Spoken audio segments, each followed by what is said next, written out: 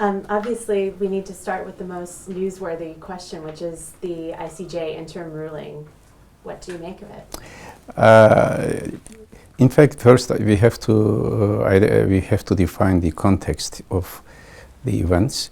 There has been a clear genocide in Gaza. ICJ decision is a ruling is an important step forward because it identifies, it starts a process which will lead to a final judgment on this issue. There are many evidences regarding to genocide occurring in Palestine. And first, I want to thank and declare our appreciation and gratitude to President Ramaphosa of South Africa and South African lawyers and all those who have been defending in the court the basic values of humanity against these war crimes committed by Israel. So this is a new stage. First time ever Israel became accountable because of the actions in Palestine. There is a psychological shift now on the ground, and this new process, I am sure, the moral supremacy, moral position of Gaza, people in Gaza, will be better understood. But there are other things which should be done. The ICJ interim ruling very openly said that humanitarian assistance should be reached to Gaza, should not be prevented by Israel. Now it brings new responsibilities to international community, how to make this possible.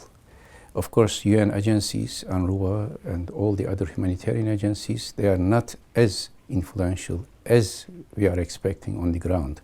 So especially member countries, I want to make a call from here.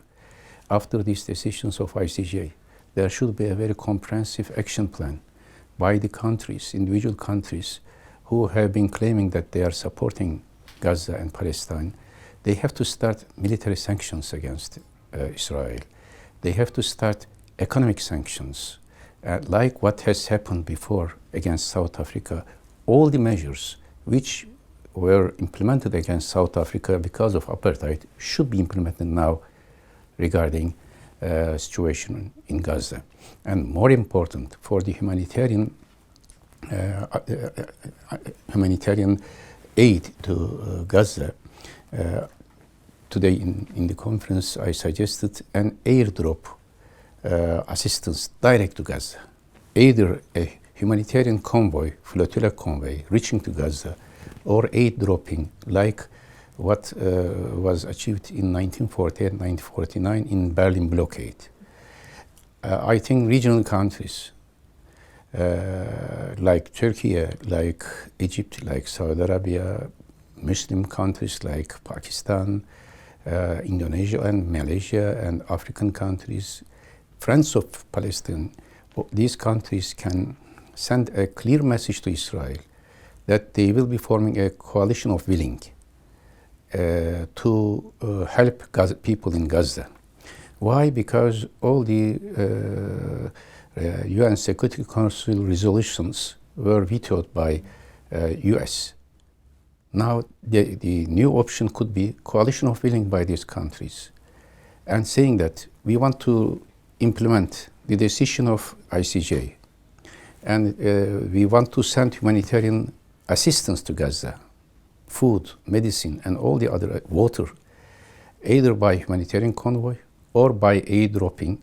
I cannot say air bridge because there is no airport in Gaza, air dropping by helicopters. If Israel intervenes, Israel would declare war against an international group of people because Gaza is not Israeli territory. Gaza is part of Palestine.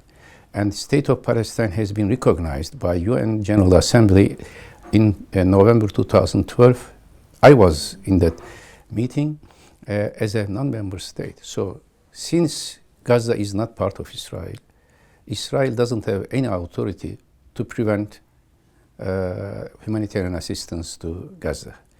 This is not a declaration of war against Israel, but this is a natural consequence, natural result of ICJ decision, and Israel cannot prevent this humanitarian assistance sent to Gaza. So this type of very practical and concrete steps should be taken after this decision of ICJ. I have two follow-up questions on the points you've made. The first was you were talking about military sanctions and economic sanctions that should be taken now. Will Turkey cut off trade to Israel? Why hasn't it already? From the first day until today, for last 115 days, I have been calling our government to stop all trade relation with Israel. And I openly said in the National Assembly that this is an action against Palestine. This is an action against humanity. If you are sincere, you have to show your sincerity. Not only, I made 12 points suggestion to our government that to declare a ban using Turkish airspace by Israeli planes, to stop all communication lines with Israel, to stop all trade interaction, including food, oil, and even some military equipment. And to, at that time, at early days of the crisis, I called them to go to ICJ as Turkey, and I wrote a letter to President Ramaphosa. Same day, I called President Erdogan to apply for ICJ, International Court of Justice.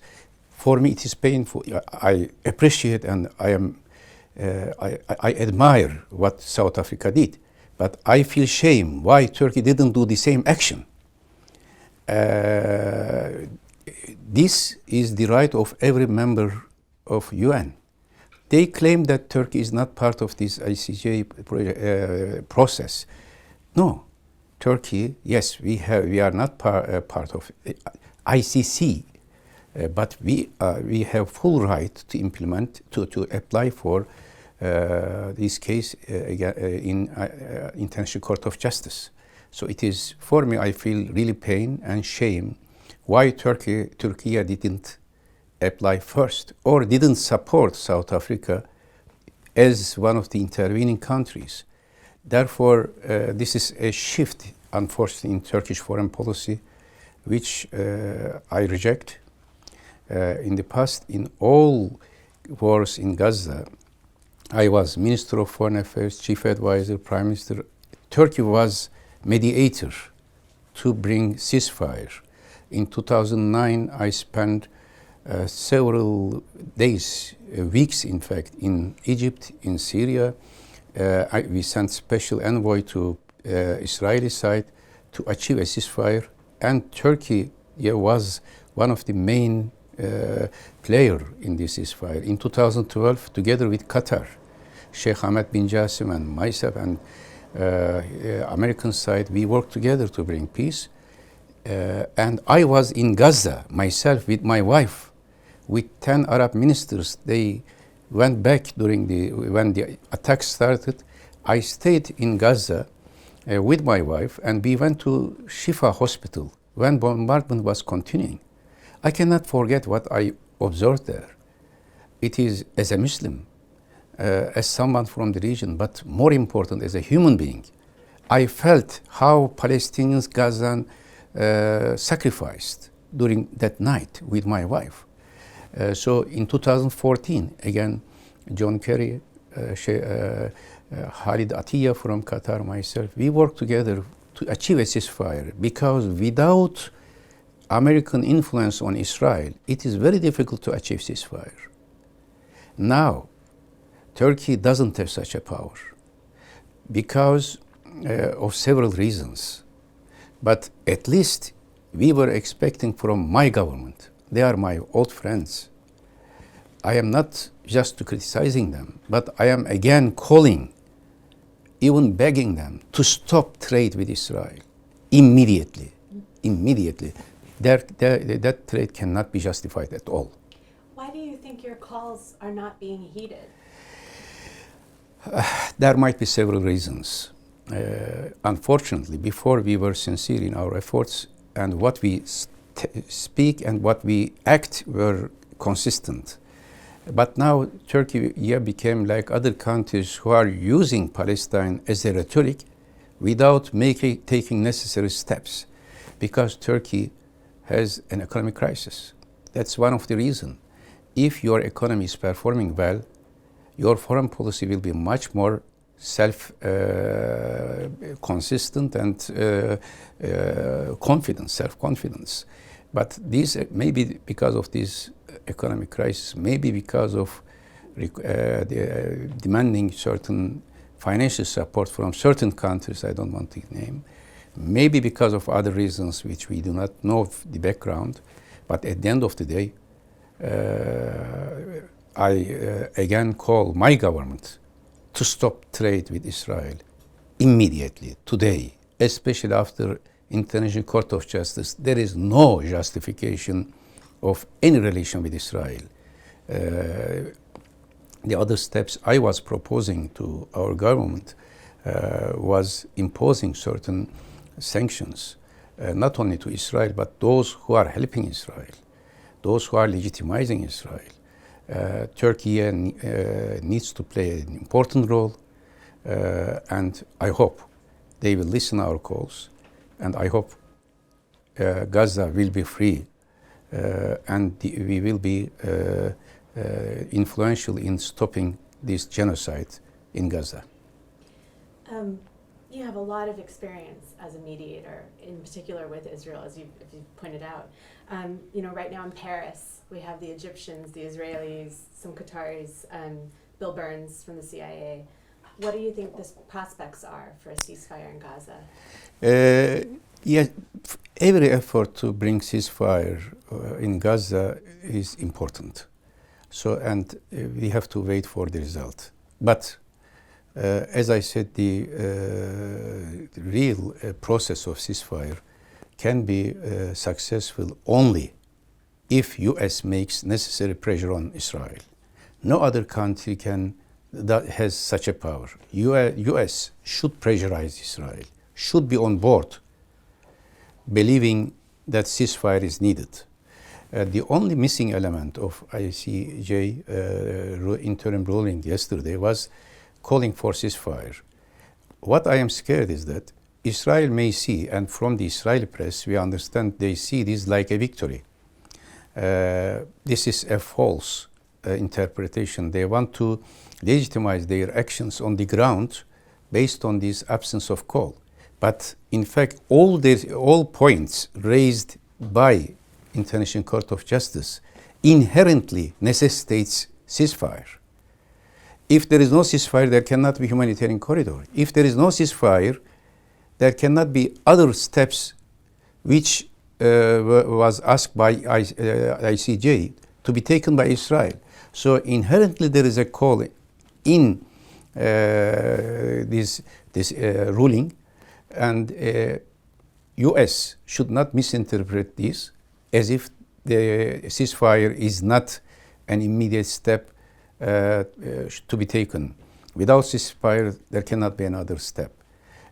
Egypt has a crucial role because of Rafah Gate and because of having the only territory except Israel is Egyptian territory. There should be a clear position of all regional powers to isolate Israel. Israel wants to isolate Gaza. We have to isolate Israel. Israel should feel that there cannot be any new peace process or normalization process with any regional power if they continue this genocide on the ground. This clear message should be sent by all the mediators, by all the regional countries on the ground. Therefore, I am calling the governments of Turkey, Egypt, Saudi Arabia, and other countries, Qatar, of course. They are playing a very important role, Qatar, as usual. All of them should come together and make a clear declaration to the international community, to Israel, that they will be sending humanitarian aid through convoy or by airdropping and there should not be any barrier by Israel to prevent this. Such a clear message and escalation of tension region-wise will make Americans to be more serious on Israel, for more serious on ceasefire. Otherwise, with this existing status quo, Israel may continue, US may continue to support, and the duty of Egypt, Qatar, Saudi Arabia, Turkey, regional powers, to say clearly, stop genocide first, then we can talk.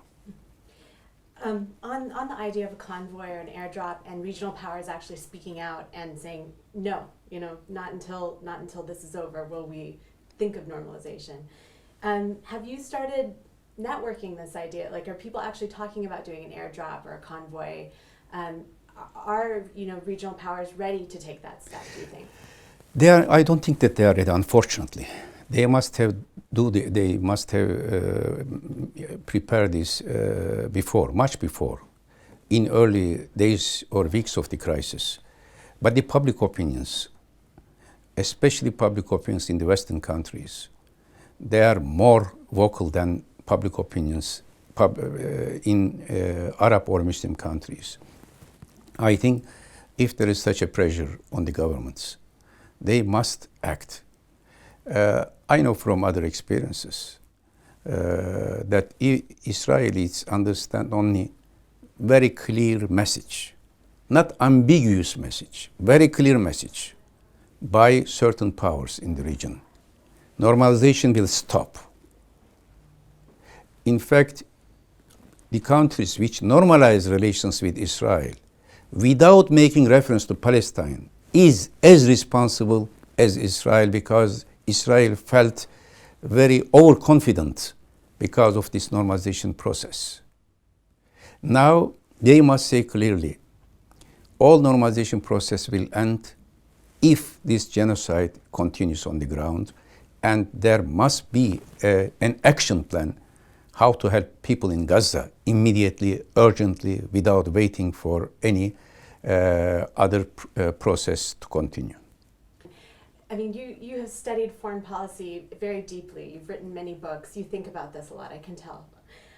We're now in a multipolar world, right? The US shouldn't be the superpower anymore, isn't the superpower anymore. Yet here we have the US kind of holding the cards. Do you think that the old approaches are still relevant? Do you think the US is a unique broker still?